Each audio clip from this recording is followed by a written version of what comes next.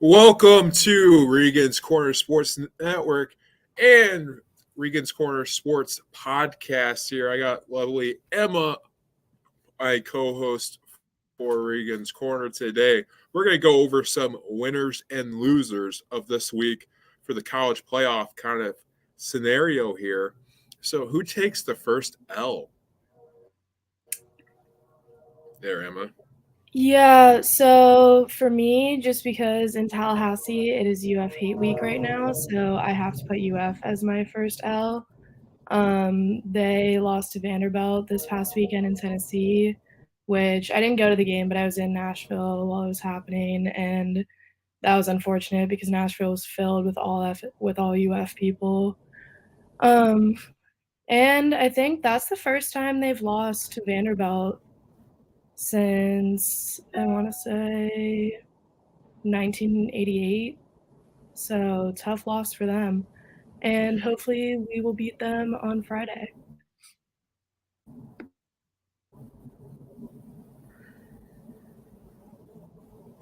Absolutely. I'm going to go with Tennessee as my first L. All you had to do was win out, and you were probably in the playoff. And then they got destroyed by South Carolina and lose their quarterback for the rest of the year.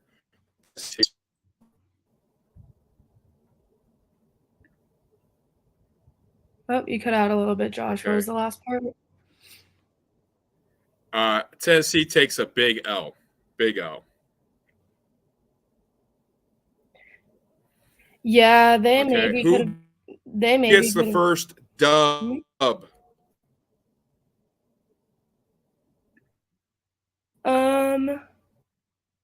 For me, my first dub going off the UF thing would be FSU.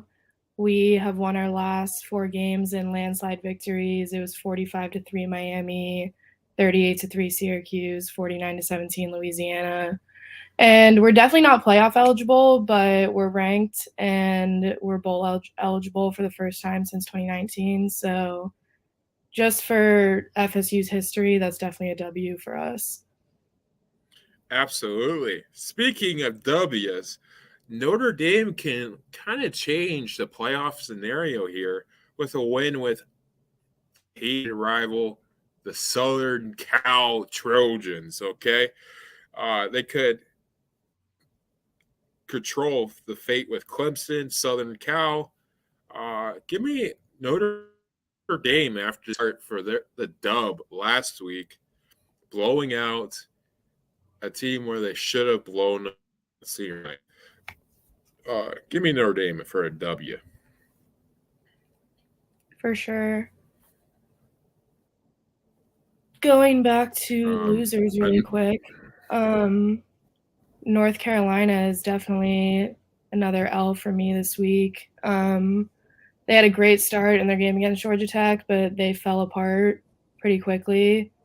They had the first 17 points, but nothing out of their last 6 possessions, which put them at a 21-17 loss to Georgia Tech. But North Carolina's not taking that big of an L this week because they're still the Coastal Division champ and they could win the ACC title still, depending on what happens against Clemson. And they're ranked number 13 and they're a pretty good overall record.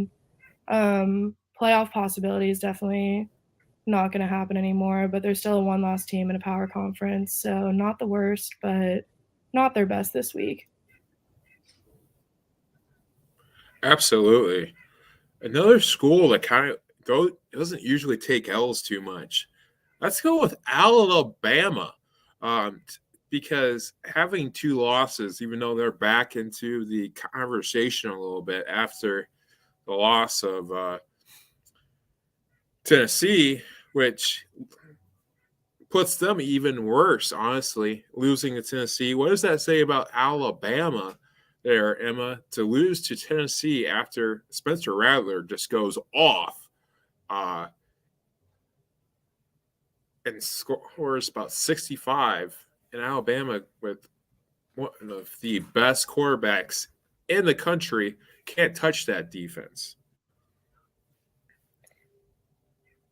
Yeah, I don't know. Alabama's definitely always been a really strong team, so it's interesting to see them take a loss there. I still think they're definitely a strong team overall, so I think they'll have a strong end to the season, but it's definitely an upsetting loss for Alabama fans. Absolutely, absolutely. So, speaking of the Gamecocks, I think they take a big W. Spencer Adler looks like the guy who got recruited by Lincoln Riley. So I'll say they took a dub this week. Yeah, no, I was gonna say that too. They've had a pretty good season. They picked off Kentucky and Texas A&M and locked up bowl eligibility by the first weekend in November.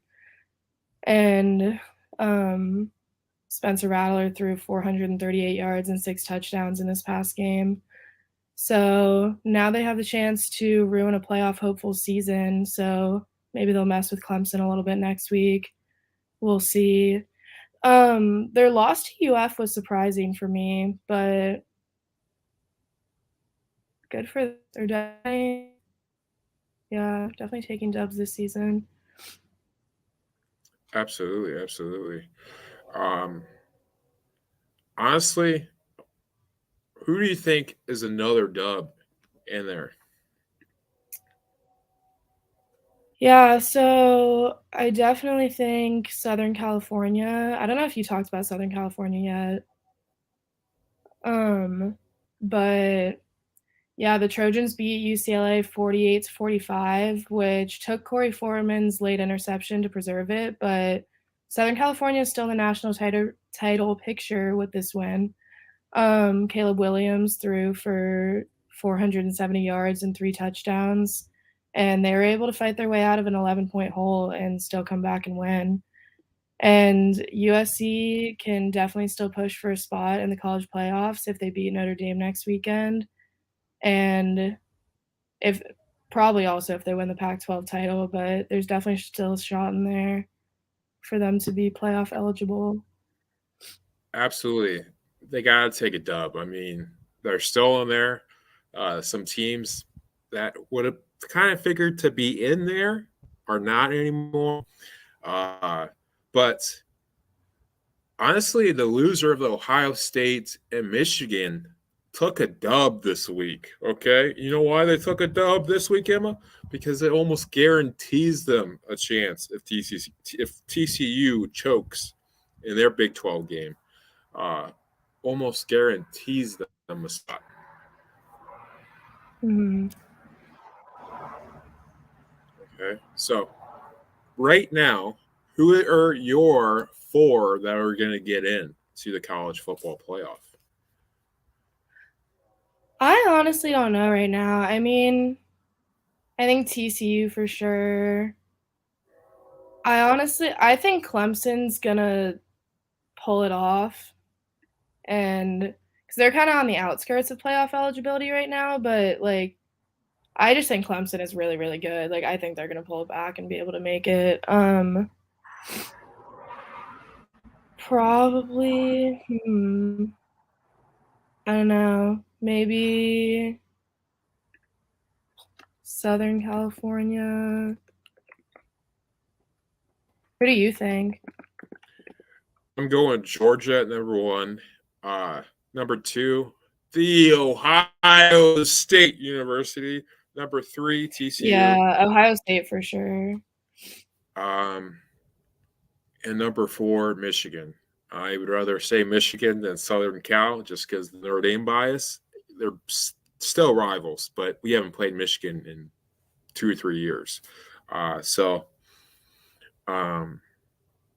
that's who I would kind of think with the playoffs way of looking, to be honest with you, because if you look at Clemson, still got blown up by a team that lost to Marshall and Yeah. to Stanford on their resume and stuff like that.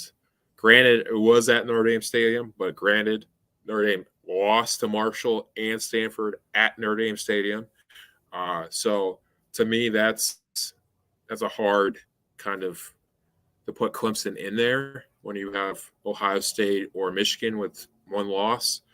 Um, Yeah, Plus the ACC. I think I'm more just hoping that Clemson will be in there because they beat us and they're probably going to win the ACC title, so I don't want it to be for nothing. I get it, but Emma, I think that is a false dream, especially when Notre Dame just destroyed both of your guys' ACC hopes, like with North Carolina, with Clemson. Um, but I could see Clemson kind of going in just because of name brand over a Yeah. TCU or a one-loss Michigan, just because of that kind of seems like they don't give the Big Ten the same respect as the SEC kind of room. But I could see that. Yeah, But I don't Southern know. Cal, Notre Dame, and Utah. Yeah, I'm also kind of rooting for the underdogs here because I mean, like, obviously Georgia, Ohio State, Michigan, TCU are all undefeated, but like, I think it all depends on next week's game because if one of the 10-1 teams wins their game and one of the top 4 loses, then that could knock any of them out of it. Absolutely.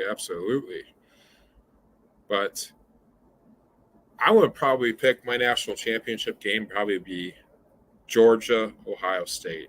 I know that's chalk, but with Michigan's running back being hurt and they're playing at the Horseshoe, I don't see Ohio State losing.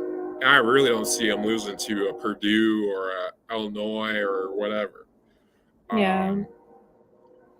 In the conference championship game, which would be a walk.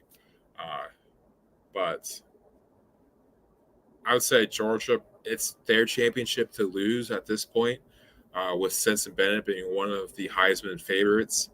Uh, that defense just being stout as all get outs.